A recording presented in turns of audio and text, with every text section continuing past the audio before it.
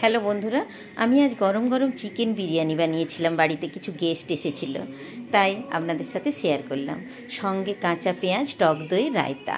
এটি বানাতে লাগে খুব সহজ পদ্ধতি। এটি বানাতে লাগে টক দই, আদা রসুন রস, হলুদ গুঁড়ো, লঙ্কার গুঁড়ো, গোলমরিচের গুঁড়ো, সর্ষের তেল, লবণ, সব কিছু দিয়ে আমি এটাকে ম্যারিনেট করে নিলাম।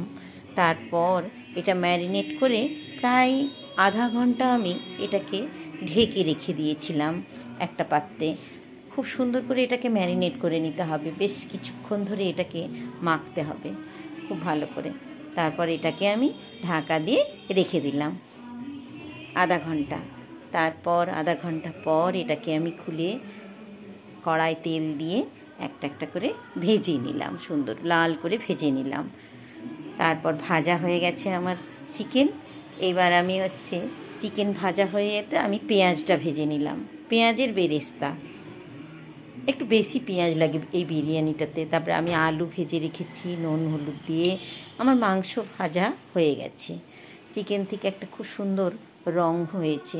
তারপরে আমি আদা রসুন যেটুকুন ছিল সেটুকুন রসটাকে কড়াই তেল দিয়ে এলাচ লবঙ্গ দিয়ে আদা রসুনের যে রসটা আমি ওতে দিয়ে দিলাম। তারপর দিয়ে দিলাম দুধ, কাজু বাদাম বাটা। তারপর একটা অন্য কড়াতে হলুদ, লঙ্কার গুঁড়ো আর পেঁয়াজ ভাজা সব রকম দিয়ে আমি মাংস এবং আলুটাকে আমি তুলে দিলাম। তারপর আমি ব্যাটারটা ঢেলে দিলাম ওতে। ব্যাটারটা ঢেলে দিয়ে তারপর আমি ভালো করে একটু নেড়ে নিলাম।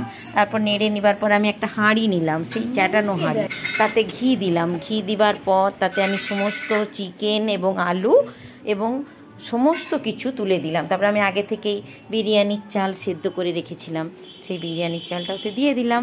তারপরে আমি বিরিয়ানির মশলা সমস্ত ভাত দিয়ে দিলাম। তারপরে পেঁয়াজের বেরেস্তা দিয়ে দিলাম। তারপর লবণ দিলাম, একটু অল্প চিনি দিলাম। তারপর বিরিয়ানির কালার দিয়ে দিলাম। তারপর বিরিয়ানির কালার দিয়ে একটু ওপর থেকে কাজু বাদাম কুড়িয়ে দিলাম। এতে খুব টেস্ট হয় বিরিয়ানিটা। তারপর আমি ওটাকে ভালো করে ঢেকে 20 মিনিট আঁচে দিয়ে রেডি হয়ে গেল আমার গরম গরম চিকেন বিরিয়ানি। দেখুন কি সুন্দর একটা রং হয়েছে বিরিয়ানিটা, এবং খেতে খুব টেস্টি, অতীব সুস্বাদু একটি বিরিয়ানি।